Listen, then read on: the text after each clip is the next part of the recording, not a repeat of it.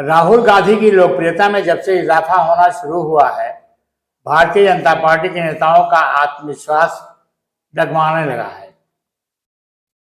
आज जो नए नए सर्वे आ रहे हैं उसमें राहुल गांधी मोदी से लगातार जो बहुत पिछड़े हुए थे, अब लगातार बढ़ते हुए उनसे आगे निकलने की होड़ में खड़े हो गए हैं। इस दौरान भारतीय जनता पार्टी के नेताओं की बॉडी लैंग्वेज कुछ गड़बड़ाई सी लगती है। वो समझ नहीं पा रहे हैं कि इन दोनों नेताओं के कंपैरिजन में मुझे कब, क्या और कहाँ बोलना चाहिए। जैसे हमने अभी हमारे सब जो संवाददाता हैं एमआरएफ ने जो भाजपा के वरिष्ठ नेता हरिशंकर सिंह से इंटरव्यू लिया और उसमें मोदी और राहुल के तुलनात्मक जो है सवाल पूछे, तो मुझे भारतीय जनता पार्टी के नेता का आत्मविश्वास डगमगाता हुआ दिखा। यहाँ तक कि वो ना जाने अनजाने में राहुल गांधी को राजा भोज और अपने नेता और भारत के प्रधानमंत्री नरेंद्र मोदी को गंगू तेली की उपाधि से, उपाधि तो नहीं मतलब मुहावरे से वो जाने क्या कहने की कोशिश कर रहे थे, मेरी समझ नहीं आया। लेकिन इतना जरूर समझ गया कि वह राहुल से संबंधित जवाबों को देने से बचने की कोशिश करते हैं। भारतीय जनता पार्टी के लोग अपने ऐसे सवालों को घुमाते हैं, इधर से उधर ले जाते हैं।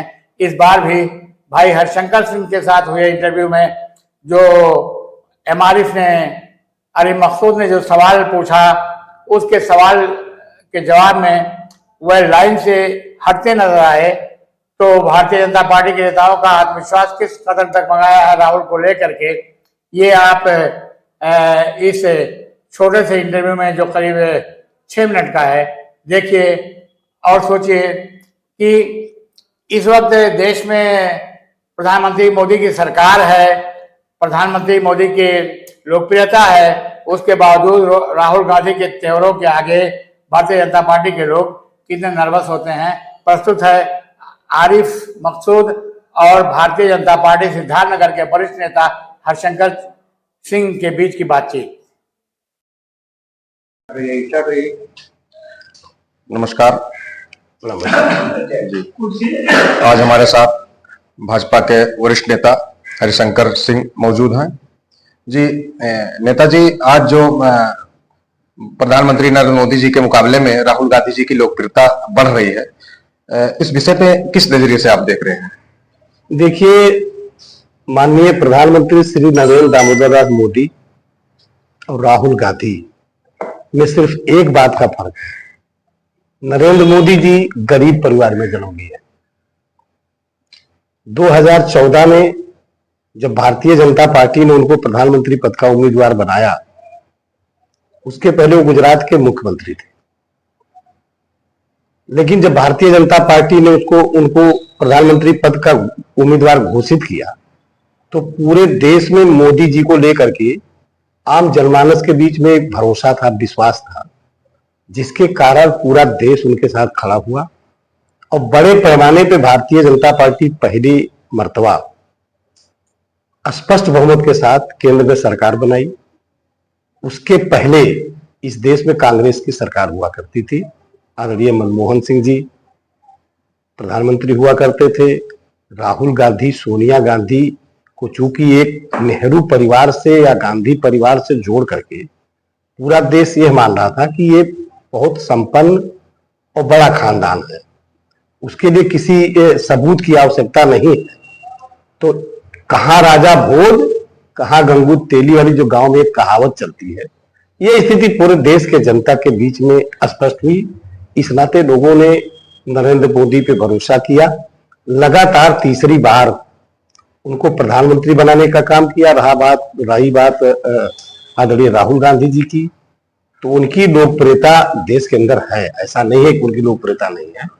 राहुल गांधी अपने स्वभाव से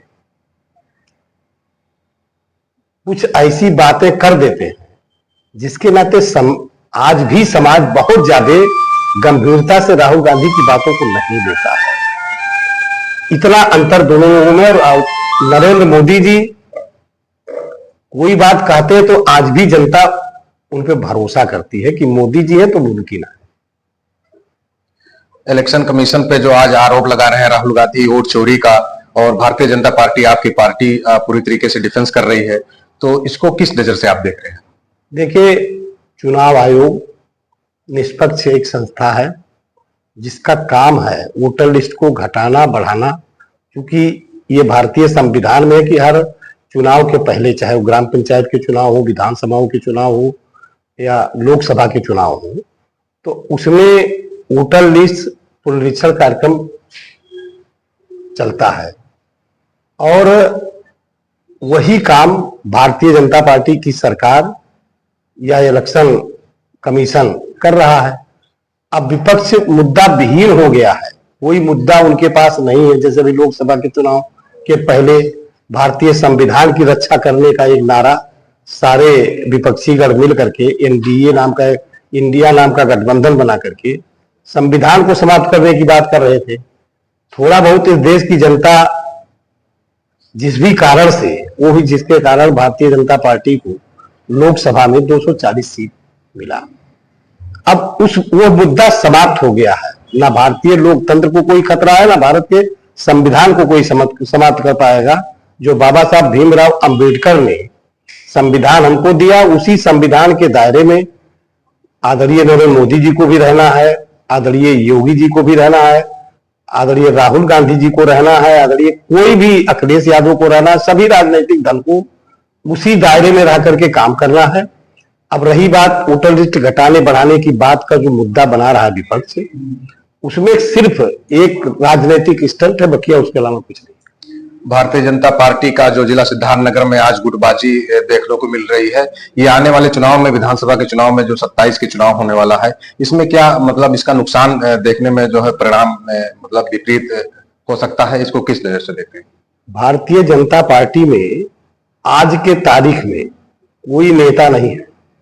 भारतीय जनता पार्टी में सिर्फ और सिर्फ आदरणीय नरेंद्र मोदी जी, उत्तर प्रदेश में आदरणीय योगी जी, यही नेता है। इन्हीं के नाम पे और इन्हीं के काम पे भारत की जनता, उत्तर प्रदेश की जनता वोट देती है। बकिया रही बात गुटबाजी की हमारे भारतीय जनता पार्टी में, तो मेरे हिसाब से तो कहीं गुटबाजी नहीं दिखाई देती है। अब आप लोगों को देखने में अगर लगता है गुटबाजी, तो मुझे नहीं पता। सन 2027 में भारतीय जनता पार्टी कितने सीटों के साथ बहुमत प्राप्त करेगी? भारतीय जनता पार्टी चूंकि उत्तर प्रदेश विपक्ष विहीन हो गया, इस नाते भारतीय जनता पार्टी पुनः उत्तर प्रदेश में सरकार बनाएगी। सीटों का आकलन कर पाना अभी मुश्किल है, क्योंकि चुनाव भी दूर है, 1.5 साल है। आपके नजर में सबसे बड़ा क्षेत्रीय मुद्दा क्या रहेगा इस बार के चुनाव में? क्षेत्रीय मुद्दा कुछ बचा ही नहीं है। सारे मुद्दे, रही बात सड़क, स्वास्थ्य, चिकित्सा, ये सारा काम प्रदेश की सरकार कर रही है। भारतीय जनता पार्टी के नेता, भारत के प्रधानमंत्री आदरणीय नरेंद्र मोदी जी किसान सम्मान निधि आम जनमानस को दे रहे हैं, उसमें किसी प्रकार का कोई भेदभाव नहीं है, ना जातीय बंधन है। किस उपलब्धि को लेकर आप लोग जो है 27 के चुनाव मैदान में उतरेंगे और जनता के बीच में जाएंगे और वोट मांगेंगे? राष्ट्रवाद और विकास। बहुत बहुत धन्यवाद आपको।